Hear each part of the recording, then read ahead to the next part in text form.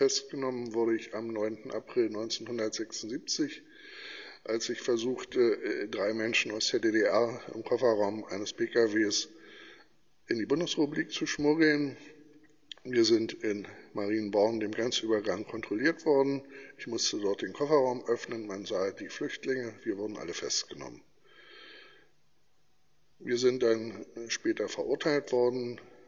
Ich bin im September 1976 in Frankfurt an der Oder zu 5 Jahren Freiheitsstrafe verurteilt worden und am 4. Oktober 1976 in einem geschlossenen Gefangenentransportfahrzeug hierher nach Rummelsburg transportiert worden. Ja, die Strafanstalt Rummelsburg war für den, der hier neu herkam, eine kleine Stadt für sich mit sehr vielen Häusern, sehr vielen Menschen, eigentlich sehr unübersichtlich. Und dann sind wir durch das Gelände geführt worden zum Haus 3. Und in diesem Haus 3 waren damals die Ausländer. Ausländer waren aber auch Leute aus Westdeutschland und Westberlin als Gefangene untergebracht. Es gab dort mehrere Ausländerstationen. Die meisten der Ausländer waren wie ich Fluchthelfer und wegen dieses Delikts hier verurteilt. Was die Alltagsbedingungen hier in Rummelsburg betrifft, so haben wir Gefangenenkleidung getragen. Das waren alte, ausgesonderte Uniformen von Armee oder Volkspolizei. Die waren eingefärbt, dass sie entweder dunkelbraun waren oder ein helleres Braun oder grau waren. Und es waren an den Armen, an den Beinen und auf dem Rücken Streifen herausgetrennt worden und in die waren so hellorange Streifen eingenäht worden, die wirklich sehr grell wirkten, sodass man mit dieser Kleidung, wenn man auf der Straße rumgelaufen wäre, unweigerlich Aufsehen erregt hätte. Untergebracht waren wir in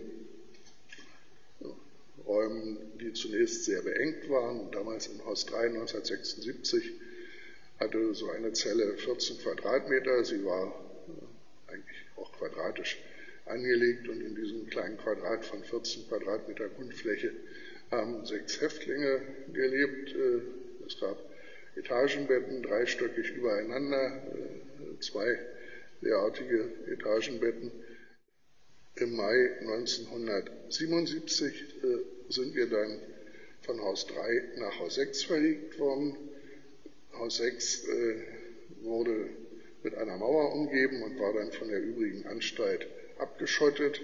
Man wollte wohl seitens der Anstalt möglichst wenig Kontakte zwischen den ausländischen bzw. westdeutschen Gefangenen und den hier inhaftierten Leuten aus der DDR haben.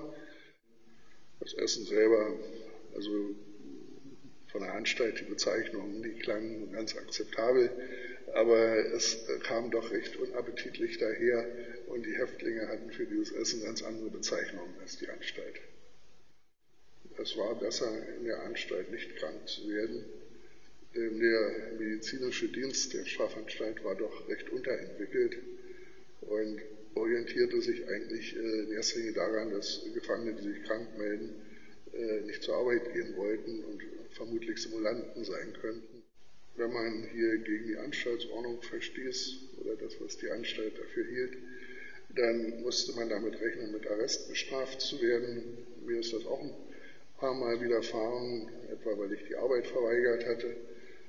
Die Arrestzellen befanden sich im Keller und waren im Grunde wie Käfige ausgestaltet mit engmaschigen Metallgittern. Man konnte also bis zu 3 Wochen Arrest bekommen und in so einer Zelle verbringen. Als ich hierher kam, galt noch die Regelung, dass es im Arrest nur jeden 3. Tag eine warme Mahlzeit gibt und ansonsten nur Brot und Wasser. Eine Möglichkeit, die Haft sich so etwas einzuteilen, so in kleine Portionen, war der Briefkontakt zu meinen Eltern. Ich habe exakt alle 25 Tage einen solchen Brief geschrieben und habe immer ein Postskriptum angehängt, uns trennen höchstens noch.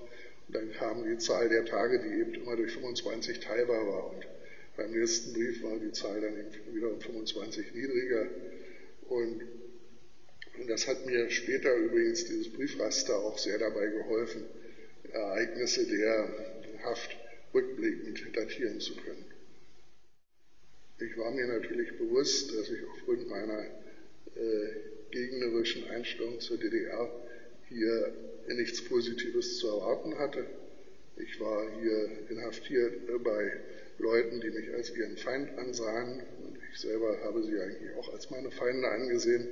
Insofern war ich auf alles Schlechte eingestellt und demzufolge konnte mich hier auch nur weniges erschrecken, und das war schon mal eine gute Voraussetzung, um die Zeit gut zu überstehen.